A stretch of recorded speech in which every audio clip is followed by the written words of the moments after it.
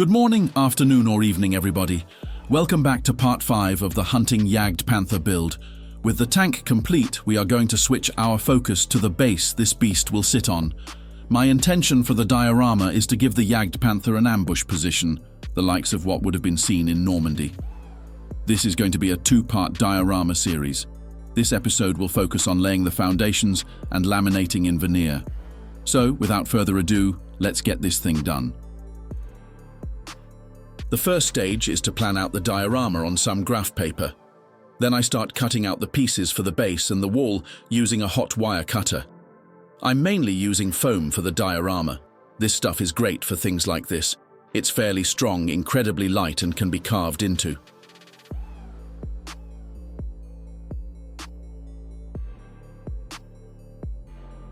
When all the pieces are cut out, I start on adding the details onto the wall. I first trace the detail from my plan onto the foam piece. Redrawing over the plan drawing will indent the foam and help us on the next stage. Once all indented, I then go round the lines again with the pencil. This just helps make the lines a bit easier to see.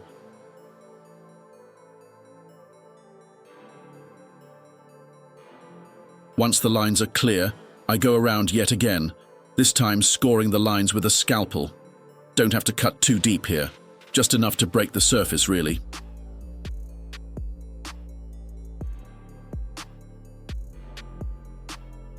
With the lines scored, I run through the cuts with a pencil. The graphite helps go through the gaps smoothly.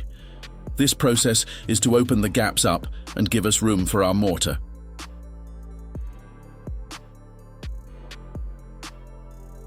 The wall I'm building is half collapsed, and I want the damage to appear as natural as possible. So I remove some stones from the upper areas around the damaged section. This also starts the work on the top surface of this area, carving chunks out and engraving the stone lines. Once I have carved and pencil lined the entire side, I start to add texture to the stones using the pencil. Adding little dents, pushing some stones in and generally adding some texture really helps to add variation to the stones on the wall and make it look a lot more natural. With one side done, it's time to repeat the entire process on the other side.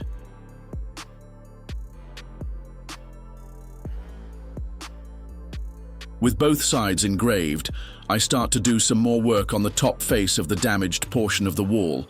Again, engraving with the pencil, I go around all the stones, pretty much the same process as the sides, but on the top. To add further variation, I pull pieces out with tweezers and cut chunks out with the scalpel. I keep repeating the processes until I am happy with the result. With the basic wall complete, it's time to add a coat of putty to the outside.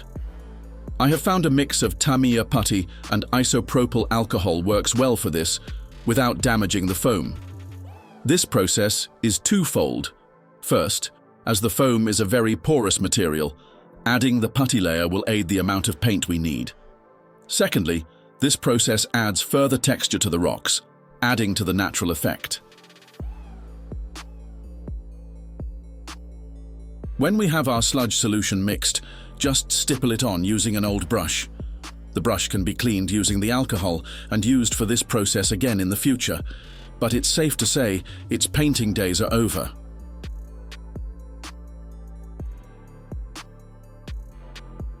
Once the putty has dried, I test fit it in place on the diorama base and draw around where it will be fixed.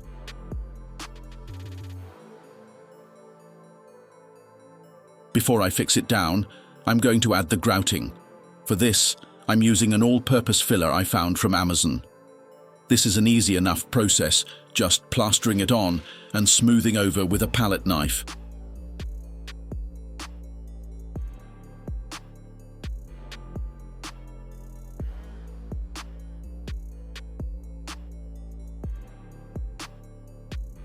Once all the gaps are filled, I start to smooth over with a wet sponge. This takes off any excess and stops the filler taking over some of the detail from the stones.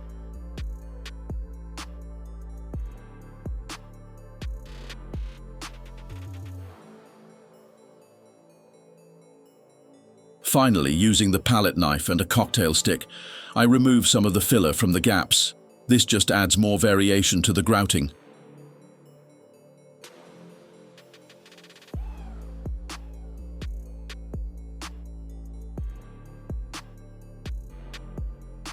The process is then repeated on the other side.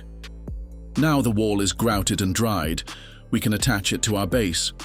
For this, I am using your everyday PVA white glue and hold it in place with pins.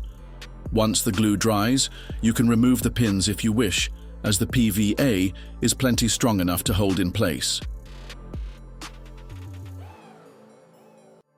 Back with some more filler next to add some texture to the floor. I'm planning a grassy scene, so I just want to add some rough, earthy texture that will be underneath the grass.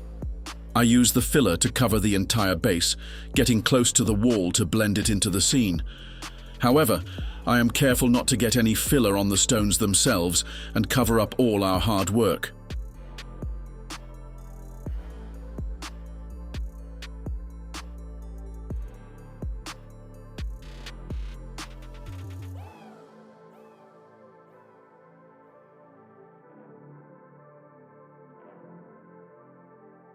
Once a good layer is added, I smooth down some of the sharp peaks with a sponge and give the whole thing a smoother texture.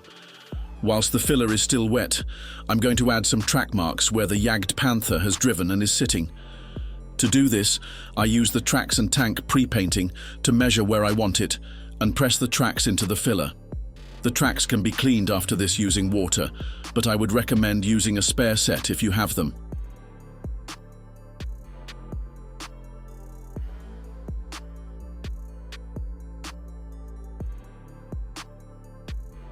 For the areas I want more definition, I carefully line up the tracks again and give them another press down.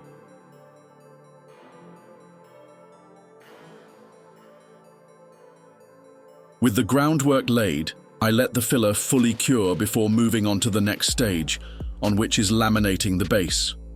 I'm going for an oak finish on this one, using this roll of oak veneer that I found on eBay. I start by trimming the veneer to the right length, carefully scoring with a scalpel until it cuts through.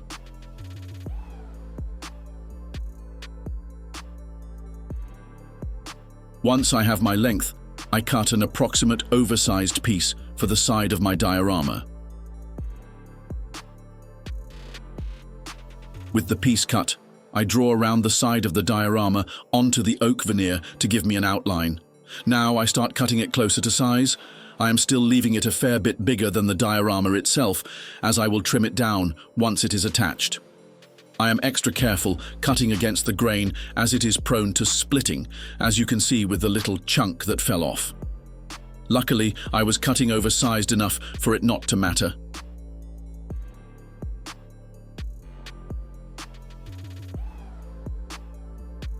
Now the piece is an approximate size, I attach it to the foam base.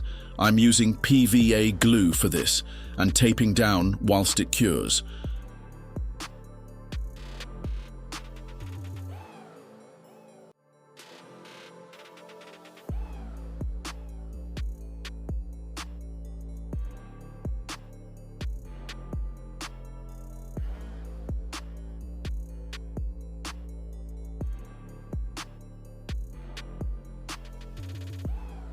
That process is repeated on the other side, measuring the piece, cutting it out, attaching with the glue, then taping down.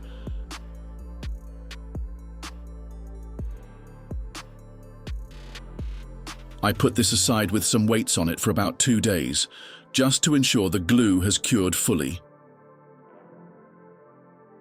Now it's all cured, I trim the veneer down to size, getting as close to the actual size as possible. I cut small shavings off at a time, as I don't want to accidentally trim it too low. I'll fill the gap later.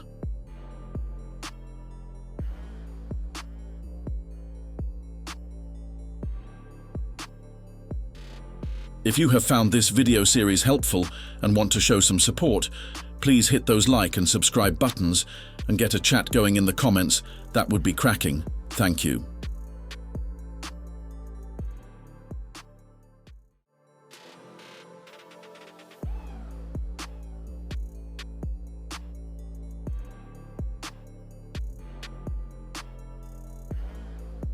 With the sides nicely trimmed down, I carefully cut the excess off each end in preparation for the final 2 sides. This is where the whole process starts again: measuring, cutting, gluing, trimming, etc. It is quite a long process, this one, not helped by the time the PVA takes to cure. I have, however, since found that Gorilla Super Glue doesn't damage the foam boards, so this would be an ideal quick drying solution.